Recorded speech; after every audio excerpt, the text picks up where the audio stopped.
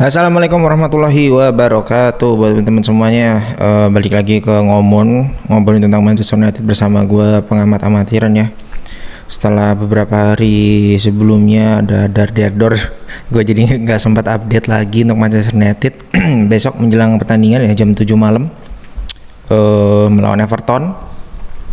Ada beberapa update yang gue lihat dari Manchester Evening News yang bakal gue bacain, dan kemudian gue akan berpendapat tentang hal itu.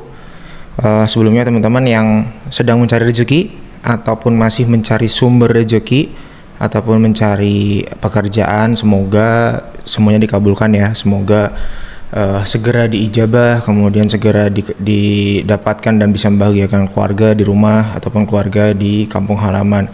Serta apabila kalau ada teman-teman yang lagi sakit, ada ya teman-teman yang lagi mengalami musibah dan sebagainya, semoga dimudahkan, segera disembuhkan ataupun segera dilapangkan dan keleluasaan di kehidupan sehari-harinya. Gitu teman-teman, amin. Oke. Buat hari ini menjelang laga melawan Crystal Palace, kalau nggak salah itu pertandingannya tandang kan ya, fixture kalau nggak salah itu tandang deh, kalau gue nggak salah ya.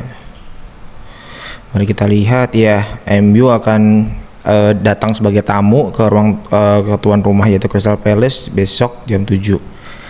Hanya ada di video.com. Enggak promosi, gue emang adanya di situ, gimana nih. Jadi gitu. Oke, balik lagi ke berita yang pertama dari Manchester Evening News, yaitu kedatangannya pemain yang udah disepakati oleh Manchester United, yaitu Christian Orozco akhirnya datang ke Manchester untuk menandatangani kontrak. Gue lihat sih emang dari highlightnya di YouTube ya, karena gue nggak ngeliat pertandingan Liga Kolombia, dia bagus.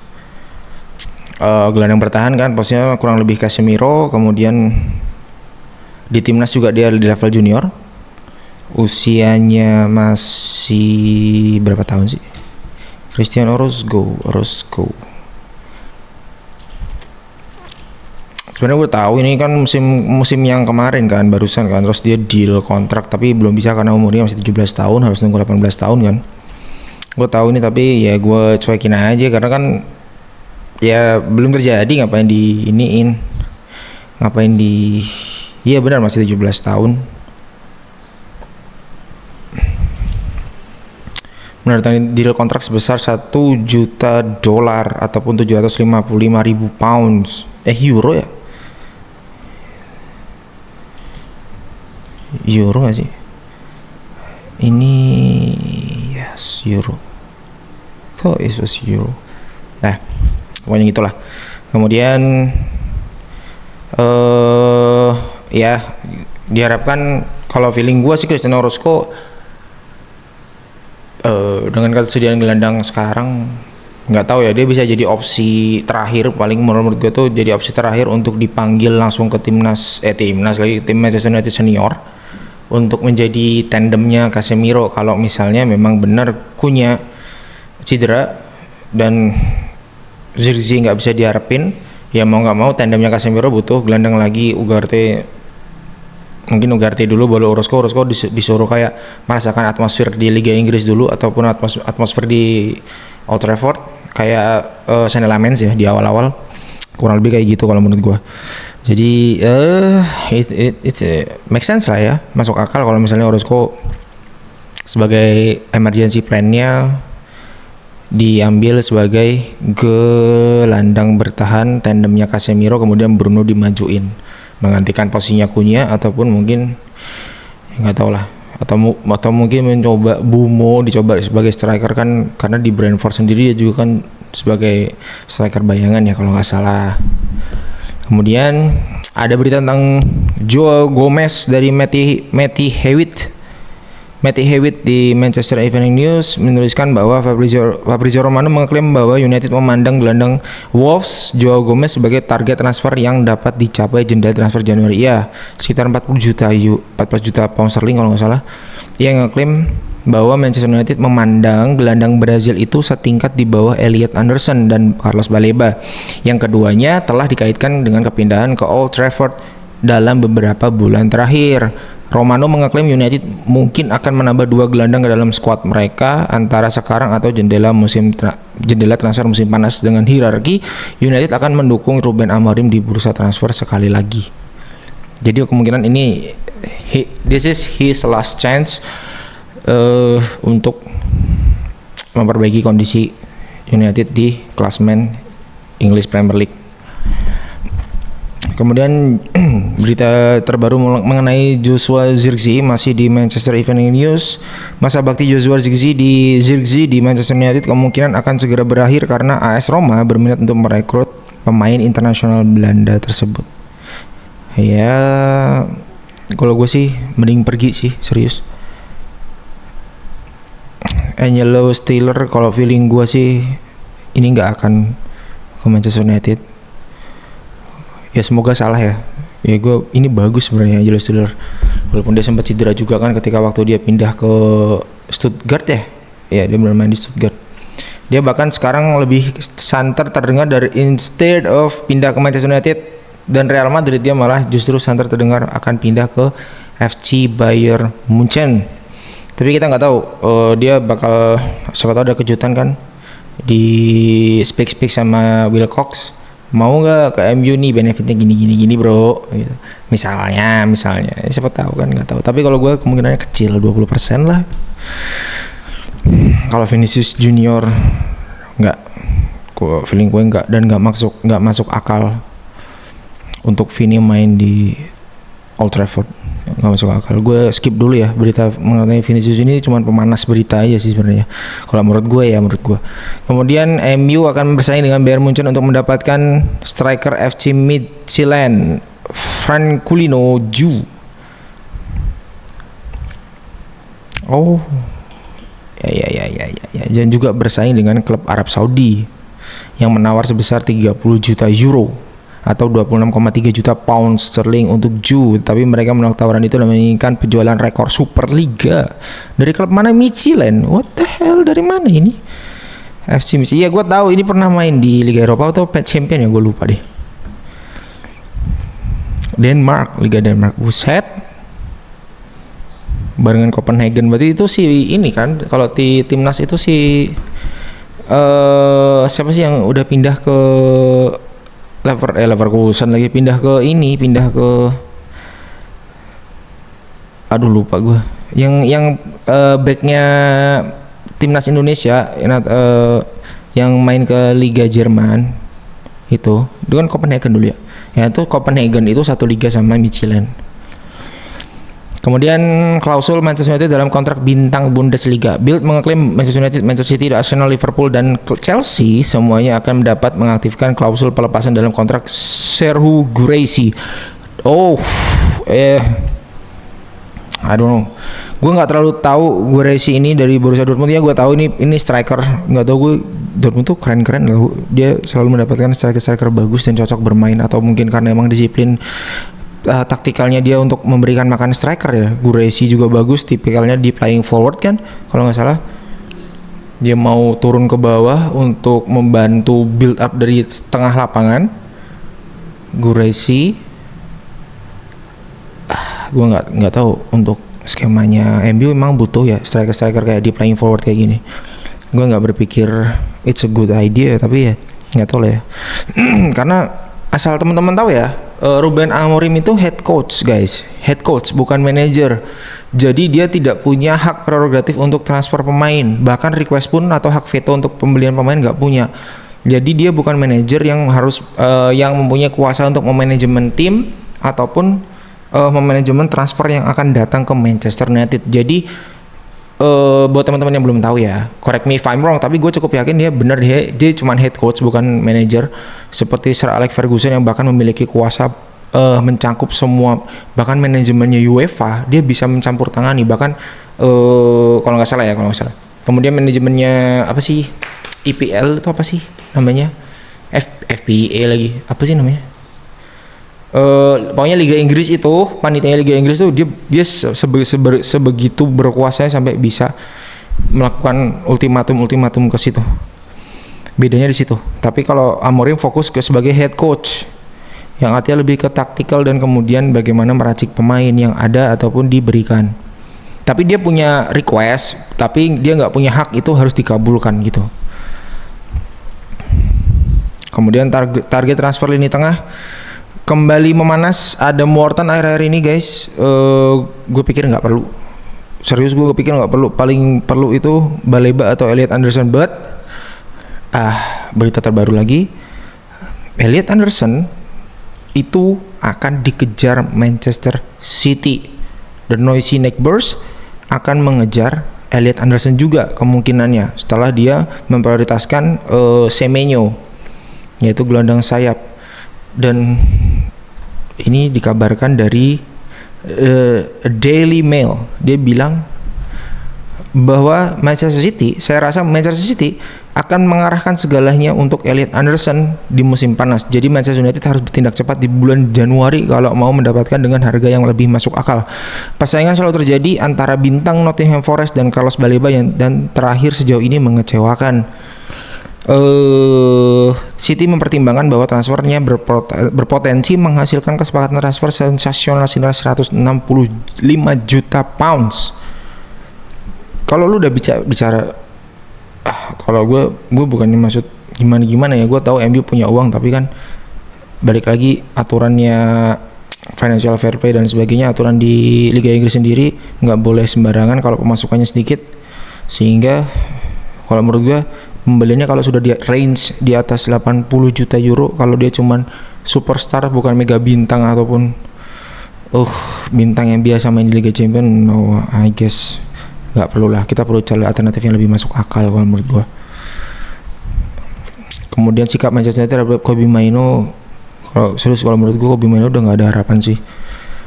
Dia nggak cocok untuk skema 3-4-3, dia nggak cocok untuk skema menyerang dan bertahan. Kalau menurut gua dia fisik menurut gua nggak punya dan sebagainya, jadi gue skip dulu beritanya.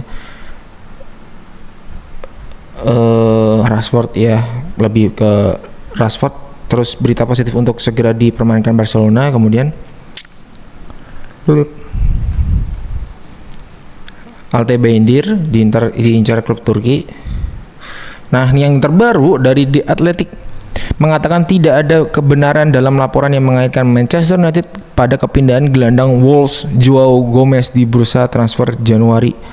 Laporan tersebut mengeklaim bahwa sumber-sumber dari kedua kubu bingung dengan laporan tersebut. Sumber-sumber dari United mengatakan bahwa laporan tersebut tidak benar, sementara Wolves membantah mengetahui ketertarikan mereka terhadap Old Trafford. Ya, kalau menurut gue nggak masuk akal sih. Itu kayak cuman isu-isu yang digoreng aja. Terutama kayak isu-isu kayak Vinicius Junior ke MU. Gue pikir enggak sih itu. Tanggapan gue adalah nggak ada berita yang wow. Nggak ada berita yang menarik guys. Jadi beritanya masih itu aja, seputar berkutat itu aja. Kalau menurut gue sebagai pengamat amatiran, sebagai fansnya Manchester United tentunya, gue pikir transfer yang perlu terjadi adalah transfer yang masuk akal dulu. Rebuild the team untuk berkompetisi di Liga Eropa ataupun Liga Champions atau minimal Liga Eropa dulu. Baru setelah kita masuk klasemen yang menggapai Liga Eropa atau Liga Champions, baru rebuild lagi untuk timnya bisa berkompetisi di Liga Champions. Karena apa? Gue ngomong kayak gini bukan karena duit. Seperti yang teman-teman tahu, Manchester United tuh duit bisa bro. Gue lupa berita dari mana, kalau nggak salah denger ya, correct me if I'm wrong. Dulu aja pembelian Pogba cuman modal penjualan jersey yang menutup modal memboyong Pogba ke Manchester United. Sepowerful itu Manchester United. Correct me if I'm wrong ya, gue lupa sumbernya dari mana. Jadi menurut gue kalau masalah duit, MU bukan masalah di duitnya. Kayak ada sebuah klub yang salah satu klub besar yang tapi sekarang lagi bermasalah keuangan kan. Bukan masalah itu MU, tapi lebih ke bermasalah ke aturan financial fair play-nya, FFP-nya dari UEFA. Kemudian aturan ada juga kan financial fair play-nya versi Inggris. Jadi menetapkan aturan bahwa pembeliannya harus sebanding dengan pemasukan, ataupun ada sempat didiskusikan mengenai pembelian pemain juga di hotel mana atau di tempat mana para petinggi klub rapat bareng bersama panitia Liga Inggris, gimana nih kebijakannya, ada yang mau diperbarui nggak. Akhirnya diperbarui supaya klub-klub bawah juga memiliki kesempatan untuk melakukan pembelian. Artinya untuk klub-klub yang pemasukannya kecil bisa dilonggarkan untuk bisa melakukan pembelian yang lebih besar atau kantongnya diluaskan. Semoga ini juga bisa berdampak baik dengan Manchester United karena akan disahkan di bursa transfer musim panas alias musim depan, bukan sekarang. Jadi kalau menurut gue, sekali lagi yang lebih masuk akal buat gue adalah Steelers oke. Steelers masih masuk akal, tapi yang paling masuk akal adalah pembelian Carlos Baleba, Joao Gomez. Gue sempat baca rumornya Joao Gomez dan Andre teammates-nya di Wolves akan diboyong. Itu masuk akal. Joao Gomez, Andre, kemudian Carlos Baleba itu masuk akal. Elliot Anderson nggak tahu gue, tapi kalau MU nekat boyong Elliot Anderson, kemungkinan cuma bisa boyong satu pemain di bursa transfer musim dingin, itu Januari.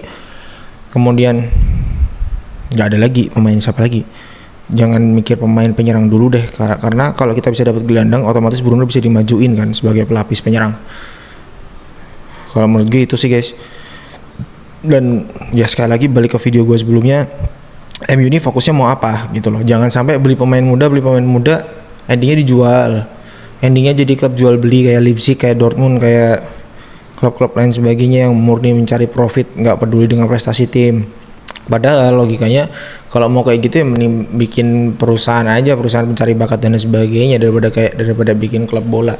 Kalau mau bikin klub bola, keuntungannya otomatis datang dari prestasi, gitu loh. Datang dari filosofi kemenangannya, filosofi trofinya, cerita kemenangan di timnya. Kalau lu mau mendapatkan keuntungan profit dalam konteks klub bola ya dari situ, bukan dari jual beli pemain. Kalau jual beli pemain mending bikin perusahaan pencarian bakat aja. Perasaan ada di waktu itu gue pernah baca kayak gitu. Kalau saran gue sebagai pengamat amatiran dan fans Manchester United ya kayak gitu. Manchester United arahnya mau kemana? Lu mau rebuild the team as a trophy contender, rebuild the team as a warrior untuk mempertahankan, untuk fight filosofi tim ini dengan penuh trofi, atau gimana? Atau memang mau fokus ke bisnis gitu loh. Biasanya kalau klub yang cenderung fokus ke bisnis ya jatuhnya kayak Tottenham, trofi seumur hidup baru satu, Piala Eropa, buset, kasian banget. Itu pun ngelawan MU yang anggaplah kita nggak punya kiper waktu itu. Nggak tau lah. Kalau menurut gue seperti itu sih. Jadi transfer yang paling masuk akal kalau menurut gue, pandangan gue ya, yang kemungkinan di atas 60% itu transfernya Baleba, Joao Gomez, Andre. Kemudian transfernya Gallagher, yang kemudian transfernya di atas 40%, di bawah 70% atau di atas 40%, yaitu transfernya Elliot Anderson. Kemudian transfernya Baleba transfernya Elliot Anderson, Baleba itu kemungkinan. Kalau yang transfernya kemungkinannya di bawah 40%, antara 20%, 30%, siapa? Vinicius Junior tadi tuh mungkin karena dia lagi terus sama Xabi Alonso. Correct me if I'm wrong ya, gue bukan Madridista walaupun gue fansnya Cristiano Ronaldo. Kemudian siapa lagi tadi yang di Steelers tuh itu di bawah 40%, Steelers, Vinicius Junior. Kemudian sempat digaung-gaungkan Grimaldo. Kenapa gue taruh di kemungkinan rendah? Karena Grimaldo kemungkinan stay untuk Januari sampai akhir musim di Leverkusen. Kemudian siapa? Oh iya, gue lupa menempatkan transfer pemain yang kemungkinan di atas 60%. Morten Hjulmand tuh mungkin banget, tapi gue nggak tahu kenapa kok Amorim punya janji untuk tidak mengotak-atik Sporting Lisbon mungkin ya. Which is karena kan Amorim sebelumnya kan pelatihnya Sporting Lisbon. Mungkin dia punya janji sama petingginya gitu kan. Lu boleh cabut ke Manchester United tapi please jangan otak-atik squad kami. Kayak Ten Hag literally setelah dia cabut dari Ajax, dia otak-atik squadnya dari Ajax kan. Ngambilin beberapa pemain, Anthony, siapa sih? De Ligt ya? Bukan Anthony. Kemudian ya kayaknya Anthony doang. Kayak gitulah. Kayak gitu aja sih berita update-nya sekarang. Prediksi squad gue yang akan main ngelawan Crystal Palace. Oh ya, absen Mateus Cunha, absen, cedera. Dia tidak akan bisa bermain bersama squad Manchester United di pertandingan tandang melawan Crystal Palace. A big negative news ya. Berita yang agak tidak menyenangkan karena Cunha nggak bisa main. Yang seperti yang kita tahu ketika Manchester United bertandang di kandangnya Liverpool, Cunha menjadi false nine-nya Manchester United dan which is itu efektif. Faktanya seperti itu.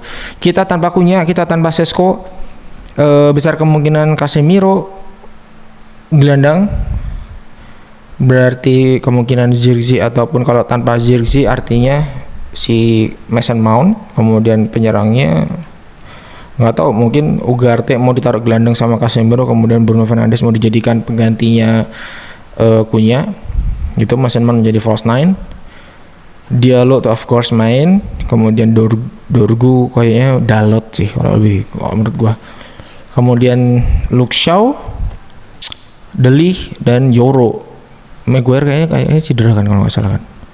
Gue nggak tahu Lisandro Martinez, kalau saran gue sih ya, orang yang sudah cedera berkepanjangan dan tanpa prestasi kayak Lisandro Martinez mending jual bro. Itu sekalinya cedera ntar lama lagi tuh. Saran gue sih enggak, lepas aja. Even dia pemegang World Cup bersama Messi dan sebagainya, itu so what gitu loh. Terus kenapa? Kalau dia emang nggak produktif, kita menggaji dia gaji buta, ngapain? Kalau saran gue sih kayak gitu sebagai pengamat amatiran kayak gitu. Oke. Prediksi gue kayak gitu sih. Menang mudah nggak? Menurut gue enggak. Kemungkinan kemenangannya Manchester United mengingat mentalnya, dia lagi mental breakdown. Habis kalah ngelawan 10 orang dari menit puluhan, belasan, gue lupa. Dikalahkan 1-0 di kandangnya Manchester United. Kita akan ngelawan Crystal Palace yang jelas-jelas dia bermain dengan formasi juga 3-4-3 atau 3-4-2-1. Ini akan menjadi kemungkinan akan menjadi pertandingan yang sangat membosankan karena formasinya sama. Kemungkinan ya, bukan pasti. Probability kemenangan Manchester United 35%, Crystal Palace 35%. 30%-nya imbang. Besar kemungkinannya salah. Probability-nya kemenangan Manchester United 30, Crystal Palace 30, imbangnya sebesar 40. Kemungkinannya kayak gitu kalau prediksi gue. Ya gue tetap berharap MU menang supaya tidak membuang kesempatan untuk meraih at least di posisi Liga Eropa tanpa memperdulikan klub lain, supaya confidence kalian tuh tidak terlalu overconfidence bro. Saran gue kayak gitu. Oke, sekian teman-teman, mungkin sedikit aja. Semoga teman-teman diberikan kesehatan selalu, dilancarkan segala urusannya dunia maupun akhirat, dan jangan lupa sholat, makan dan istirahat cukup. Wassalamualaikum warahmatullahi wabarakatuh. Thank you.